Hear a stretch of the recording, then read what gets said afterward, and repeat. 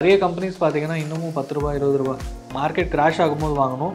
இந்த மாதிரி டைம்லைனில் வாங்கும்போது நீங்கள் ஒரு ஸ்டாக் வாங்கிட்டு எப்போ ஆப்பர்ச்சுனிட்டி கிடைக்குதோ அப்போ ஆட் பண்ணலாம். அந்த மாதிரி கூட நீங்கள் ஃபோக்கஸ் பண்ணலாம். சுற்றி இருக்கிற இண்டஸ்ட்ரீஸ் எங்கெங்கெல்லாம் ஆட்டோமொபைல்ஸ் இருக்கோ ஈஸியாக கம்யூனிகேட் பண்ண முடியும். ஏர்போர்ட்ஸ் டெவலப் ஆகுறது இது எல்லாமே இன்ஃப்ராஸ்ட்ரக்சர் தான். ஒரு தொடக்க புள்ளி அப்படின்னு எடுத்துக்கலாம் நம்ம. அது ஏன் அப்படின்னா கிட்டத்தட்ட இது வரைக்கும் 14 லட்சம் கோடி வந்து central government and state government சேர்ந்து செலவு பண்ணியிருக்கிறத ஒரு ஸ்டாட் சொல்லுது. And last 5 years returns last 5-6 years returns mutual ஃபண்டாக இருக்கட்டும், இந்த பர்டிகுலர் ஸ்டாக்ஸாக இருக்கட்டும், நீங்கள் பார்த்தீங்கன்னா மிகப்பெரிய வளர்ச்சியை சந்திச்சிருக்கு அப்படின்னு தான் நம்ம சொல்லணும். இந்தியா வந்து இப்போ $4 ட்ரில்லியன்லேருந்து $10 ட்ரில்லியன், அதாவது இன்னும் பெரிய லீப், மோர் தேன் டபுள் ஆகணும் அப்படின்னு பிளான் பண்ணியிருக்காங்க. இப்போ இது வந்து 2030-31 இந்தியா வந்து ஒரு $7 to $8 ட்ரில்லியன் ஆகிறதுக்கான வாய்ப்பு இருக்குது. அப்போ ஸ்டாக் மார்க்கெட்டும் வளரும்.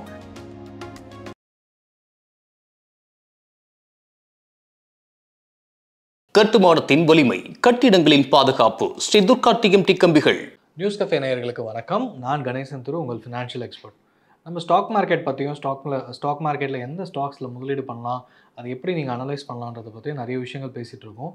இதில் இன்றைக்கி பார்க்க போகிற செக்டார் பார்த்திங்கன்னா, இது வளர்ச்சி அடைஞ்சால் தான் ஒரு நாடு முன்னேறும் அப்படின்றது.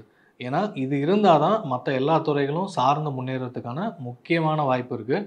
அண்ட் இது வளர்ந்ததுனால தான் சைனா வந்து இப்போ மிகப்பெரிய வளர்ச்சியை கடந்த 30-40 ஆண்டுகளில் சந்திச்சிருக்கு அப்படின்னு சொல்லலாம். இது கோஸ்ட் சிட்டிஸ்னு நிறைய இன்ஃப்ராஸ்ட்ரக்சர் டெவலப் பண்ணி வச்சுருக்காங்க. இப்போவே நான் பேர் சொல்லிட்டேன். இன்ஃப்ராஸ்ட்ரக்சர் அதாவது கேபிட்டல் இன்டென்சிவ் செக்டர். அண்ட் இது வளர்ந்தால் இந்த infrastructure, road, railways, metro railways projects, இந்த மாதிரி எக்கச்சக்கமாக இதெல்லாம் பிரிட்ஜஸ், ஃப்ளைஓவர்ஸு, வாட்டர்வேஸ், இது எல்லாம் டெவலப் பண்ணுறது மூலமாக சுற்றி இருக்கிற இண்டஸ்ட்ரீஸ் எங்கெங்கெல்லாம் ஆட்டோமொபைல்ஸ் இருக்கோ ஈஸியாக கம்யூனிகேட் பண்ண முடியும். ஏர்போர்ட்ஸ் டெவலப் ஆகுறது இது எல்லாமே இன்ஃப்ராஸ்ட்ரக்சர் தான். இது எல்லாமே டெவலப் ஆக இதோட அலைடு செக்டார்ஸ் பார்த்திங்கன்னா ஸ்டீலு, அப்புறமா capital intensive industries, power sector, LNT மாதிரியான கம்பெனிகள் இருக்கிறது, automation, industrial automation, heavy industries இருக்கிறது. இது எல்லாத்துக்கும் கேபிட்டல் ஜாஸ்தி, என்ட்ரி பேரியர் அதிகம். ஆனால் எந்த கம்பெனிஸ்லாம் ஆல்ரெடி இருக்காங்களோ, பல வருஷங்களாக போராடிட்டு இருக்காங்களோ, அவங்க வந்து மிகப்பெரிய வளர்ச்சியை சந்திக்கிறதுக்கான வாய்ப்பு இந்தியாவில் இப்போது பெரிய அளவில் இருக்குது. And last 5 years returns last 5-6 years returns mutual ஃபண்டாக இருக்கட்டும், இந்த பர்டிகுலர் ஸ்டாக்ஸாக இருக்கட்டும், நீங்கள் பார்த்தீங்கன்னா மிகப்பெரிய வளர்ச்சியை சந்திச்சிருக்கு அப்படின்னு தான் நம்ம சொல்லணும். அண்ட் இது வந்து இப்போ தான் ஒரு beginning point, tip of the ஐஸ்பர்க்னு இங்கிலீஷில் சொல்லுவாங்க. ஸோ ஒரு தொடக்க புள்ளி அப்படின்னு எடுத்துக்கலாம் நம்ம. அது ஏன் அப்படின்னா கிட்டத்தட்ட இது வரைக்கும் 14 லட்சம் கோடி வந்து central government and state government சேர்ந்து செலவு பண்ணியிருக்கிறத ஒரு ஸ்டாட் சொல்லுது. அது மட்டும் இல்லாமல் வருஷம் இன்ஃப்ராஸ்ட்ரக்சர் கேபிட்டல் எக்ஸ்பெண்டிச்சர் அதுக்காக மிகப்பெரிய தொகையை சென்ட்ரல் கவர்மெண்ட் அலோகேட் பண்ணிகிட்டே இருக்காங்க. அண்ட் வாட்டர்வேஸும் மிகப்பெரிய அளவில் பண்ணுறதுக்கும் பார்த்துட்ருக்காங்க. இது வந்து தங்க நாற்காலி திட்டம்னு 2004 அப்போ இருந்த பிஜேபி கவர்மெண்ட் ஸ்டார்ட் பண்ணாங்க. அதுக்கப்புறமா வாட்டர்வேஸ் இப்போ பண்ணிட்டு இருக்காங்க. எவ்வளோ ஸ்பீடாக ரோட்வேஸ் இன்க்ரீஸ் பண்ண முடியுமோ அதுக்கும் ஃபோக்கஸ் பண்ணுறாங்க. 20 சிட்டிஸில் மெட்ரோ ரயில்வே ப்ராஜெக்ட்ஸ் ரன் ஆகிட்டு இருக்கு.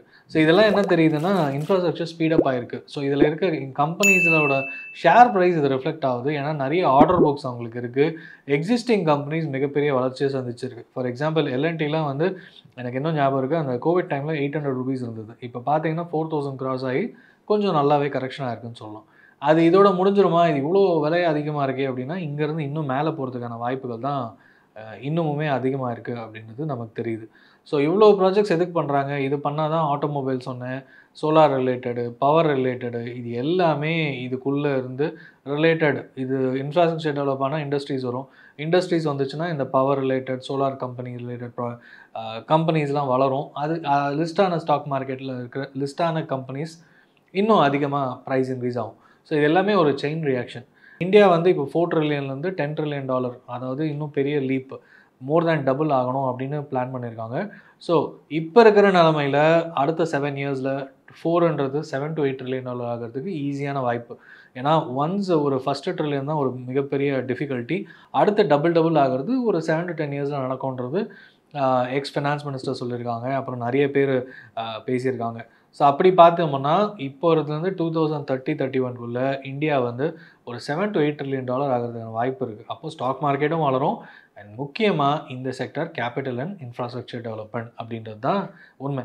சரி, என்னென்ன சப்செக்டார் இருக்குது இதில் இந்த கேபிட்டல் அண்ட் இன்ஃப்ராஸ்ட்ரக்சர் அப்படின்னு பார்த்தோன்னா ரோட்ஸ் அண்ட் ஹைவேஸ் இருக்குது, ரயில்வேஸ் இருக்குது. ரயில்வேஸ்னால் ரைட்ஸு, ஆர்விஎன்எல் இந்த மாதிரி கம்பெனி. ஏன்னா புதுசாக மெட்ரோ ப்ராஜெக்ட்ஸ்க்கான டிசைன் ஒர்க்ஸ் பண்ணுறதா இருக்கட்டும், அண்ட் அதுக்கான ரிலேட்டட் கம்பெனிஸ் எல்லாமே வளர்ச்சியை சந்திச்சிட்ருக்கு.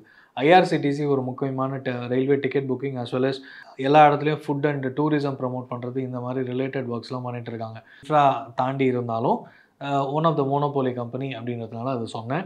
அண்ட் டிஃபென்ஸ்லேயும் பார்த்தீங்கன்னா இந்துஸ்தான் ஏரோநாட்டிக்ஸ் லிமிடெட், அது ரிலேட்டடாக புது கம்பெனிஸ். அண்ட் இந்தியா வந்து பாகிஸ்தானோட வார் இல்லை மற்ற நாட்டு பிரச்சனைகள்லாம் பார்க்கும்போது டிஃபென்ஸ் ஸ்டாக்ஸ் வந்து டிஃபென்ஸ் எக்ஸ்பெண்டிச்சர் அதிகப்படுத்தியிருக்காங்க. ஸோ டிஃபென்ஸ் இன்ஃப்ராஸ்ட்ரக்சர் இன்க்ரீஸ் பண்ணுறதுக்கும் இது முக்கியமான பங்கு ஆட்டிட்டு இருக்குன்னு சொல்லலாம். அண்ட் ஏற்கனவே சொன்ன மாதிரி cement and Steeles, Tata steel, JSW and establish steel companies and related இண்டஸ்ட்ரியில் இருக்கிற கம்பெனிஸ், மெட்டல் ரிலேட்டட் கம்பெனிஸ் கண்டிப்பாக ஒரு ரோடு போடுறோம் இல்லை என்ன பண்ணாலும் ஸ்டீல் சிமெண்ட் இல்லாமல் நடக்காது. So cement and Steeles related industries இன்னும் ஒரு மிகப்பெரிய வளர்ச்சியை சந்திக்கிறதுக்கு வாய்ப்பு இருக்குது. அண்ட் ஃபைனலி பவர் சப்செக்டர்னும் போது பவர் கிரிட் கார்பரேஷன் ஃபினான்ஸ் பண்ணுற கம்பெனி, அதாவது கவர்மெண்ட்டோடது power grid corporation as well as Kalpataru power, இவங்களுமே டிரான்ஸ்மிஷன் நெட்ஒர்க்ஸ்லாம் பண்ணிகிட்டு இருக்காங்க.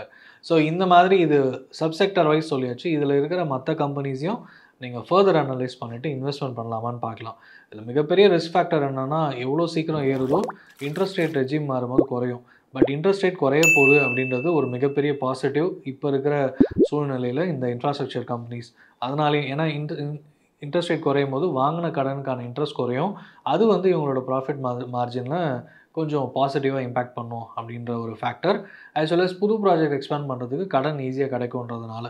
அண்ட் கவர்மெண்ட் இனிஷியேட்டிவ்னும் போது ஈஸியாக பேக் பண்ணுறதுக்கு பேங்க்ஸும் இப்போ அமௌண்ட் ரிலீஸ் பண்ணுவாங்க அப்படின்றது.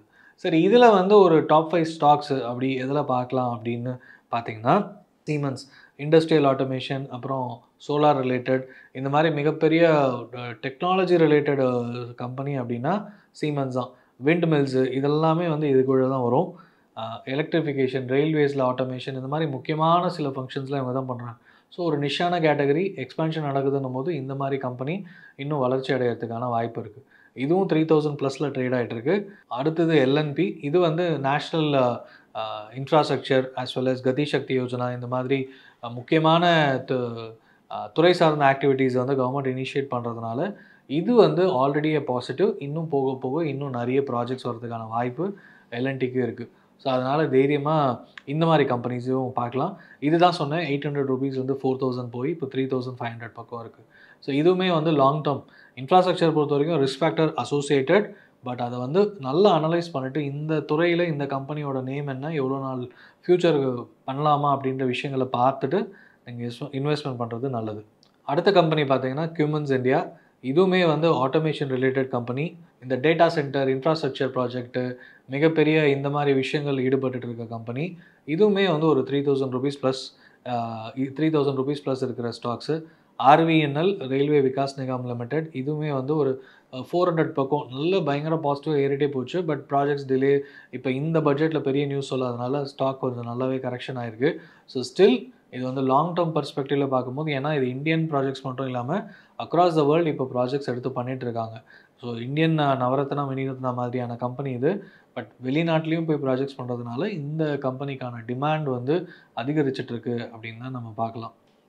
அண்ட் ஃபைனலாக ஏபிபி இந்தியா, இதுவுமே power related company. Electric mobility, robotics, automation, இந்த மாதிரி ஃபீல்ட்ஸை இந்த கம்பெனி ஒரு நிஷ் கேட்டகரி அப்படின்னு சொல்லலாம். ஸோ இப்போ நம்ம மேலே சொன்ன 5 கம்பெனியுமே வந்து ஸ்டாக் ப்ரைஸ் வைஸ் ரொம்ப அதிகமாக இருந்தாலும் இங்கேருந்து மிகப்பெரிய பாசிட்டிவ் க்ரோத் சந்திக்கிறதுக்கான வாய்ப்புகள் இருக்க கம்பெனி. அண்ட் எல்லாமே வந்து நீங்கள் ஸ்டாக் ப்ரைஸ் அதிகமாக இருக்கே வாங்கலாமா அப்படின்னு யோசிக்கிறத விட ஃப்யூச்சருக்கு என்ன தேவை அப்படின்றத யோசிக்கலாம். ஸோ இன்ஃப்ராஸ்ட்ரக்சர் துறையில் நிறைய சப்செக்டர் பற்றியும் பேசியிருக்கோம். இண்டிவிஜுவல் ஸ்டாக்ஸும் என்ன ஒரு 5 ஸ்டாக்ஸ் ஃபோக்கஸ் பண்ணலாம். அண்ட் இது எதுவுமே வந்து ரெக்கமெண்டேஷன் கிடையாது. நீங்கள் ஃபர்தர் அனலைசிஸ் பண்ணிவிட்டு இன்வெஸ்ட்மெண்ட் பண்ணுறதுக்கான வாய்ப்பாக இது இருக்கும். அதை மாதிரி பாருங்கள். அண்டு இது எல்லாமே வந்து ஸ்டாக் ப்ரைஸ் அதிகமாக இருக்குது என்ன ஆகுறது அப்படின்னு யோசிக்காமல், ஃப்யூச்சரில் ஸ்டாக் வந்து போனஸ் கொடுக்கலாம், டிவிடெண்ட்ஸ் கொடுக்கலாம், அண்ட் ஸ்டாக் ப்ரைஸ் இங்கேருந்து ஏறலாம். ஏன்னா நிறைய கம்பெனிஸ் பார்த்தீங்கன்னா இன்னமும் 10 ரூபா 20 ரூபா மார்க்கெட் கிராஷ் ஆகும்போது வாங்கணும். இந்த மாதிரி டைம்லைனில் வாங்கும்போது நீங்கள் ஒரு ஸ்டாக் வாங்கிட்டு எப்போ ஆப்பர்ச்சுனிட்டி கிடைக்குதோ அப்போ ஆட் பண்ணலாம். அந்த மாதிரி கூட நீங்கள் ஃபோக்கஸ் பண்ணலாம். ஏன்னா உங்களோட investment Harrison long term 3 to 5 years and above. அந்த 3 to 5 years வந்து நீங்கள் ட்ராக் பண்ணிகிட்டே இருக்கணும். அப்போ தான் வந்து உங்களுக்கு இப்போ கம்பெனி நல்லா இருக்கா, இப்போ ஆப்ரேஷன் வைஸ் நல்லா போயிட்டுருக்கா, ஏதாவது மேனேஜ்மெண்ட் இஷ்யூஸ் இருக்கா அப்படின்றது தெரிஞ்சுக்கிட்டே இருக்கணும். ஏதாவது பிரச்சனை ஆச்சுன்னா உடனே வெளியே வரதுக்கும் ரெடியாக இருக்கணும். ஸோ வெயிட் பண்ணிங்கன்னா ஸ்டாக் ப்ரைஸ் கிராஷ் ஆகும். அண்ட் இது வந்து பவர் இந்த மாதிரி ஸ்டாக்ஸ்லாம் வந்து 2003-07 நல்லா க்ரோ ஆச்சு. அதுக்கப்புறம் global slowdown, capital expenditure wind up ஆனது, இந்த மாதிரி கவர்மெண்ட்டோட எக்ஸ்பென்சஸ் கேபிட்டல் எக்ஸ்பென்ஸ் கம்மி பண்ணது, இந்த மாதிரி பலதரப்பட்ட காரணங்களால் துறை வந்து ரொம்ப ஒதுக்கப்பட்டது, இல்லைனா பார்க்காம விட்டதுங்கிற மாதிரி தான் இருந்துச்சு. அண்ட் ஒன்ஸ் பிஜேபி மறுபடியும் வந்து ஃபுல் மெஜாரிட்டியில் கொஞ்சம் கொஞ்சமாக make in India and manufacturing as well as expenditure last 5-6 இயர்ஸில் நிறைய பூஸ்ட் பண்ணியிருக்காங்க. அதனால தான் இந்த துறை வந்து மறுபடியும் ரிவைவ் ஆகிருக்குன்னு சொல்லலாம். ஸோ பழைய மாதிரி இது மறுபடியும் ஃபாலோ ஆகுமானா இங்கேருந்து க்ரோ ஆகிறதுக்கான சான்சஸ் ரொம்பவே அதிகமாக இருக்குது. ஸோ நீங்கள் போர்ட்ஃபோலியோவில் ஆட் பண்ணுறதுக்கு ஒரு நல்ல துறை sector as well as stocks அப்படின்னு பார்த்தா infrastructure and capital spending related இருக்க கம்பெனிஸ். ஸோ நீங்கள் ஃபர்தர் அனலைஸ் பண்ணுங்கள். நான் வந்து வெறும் ஒரு 5 கம்பெனி மற்ற கம்பெனிஸ் எக்ஸாம்பிள்ஸ் மாதிரி தான் கொடுத்தேன். அதை ஃபர்தர் அனலைஸ் பண்ணிவிட்டு உங்கள் போர்ட்ஃபோலியோவுக்கு யூஸ்ஃபுல்லாக இருக்குமா அப்படின்றதையும் கொஞ்சம் பாருங்கள். தேங்க்யூ ஃபார் வாட்சிங். எனி டவுட்ஸ் இருந்ததுன்னா கீழே கமெண்ட் பண்ணுங்கள். தேங்க்யூ. இந்த வீடியோ உங்களுக்கு பிடிச்சிருந்தா லைக் பண்ணுங்க, ஷேர் பண்ணுங்க, கமெண்ட் பண்ணுங்க. மறக்காம பெல் பட்டனை கிளிக் பண்ணிட்டு சப்ஸ்கிரைப் பண்ணிடுங்க.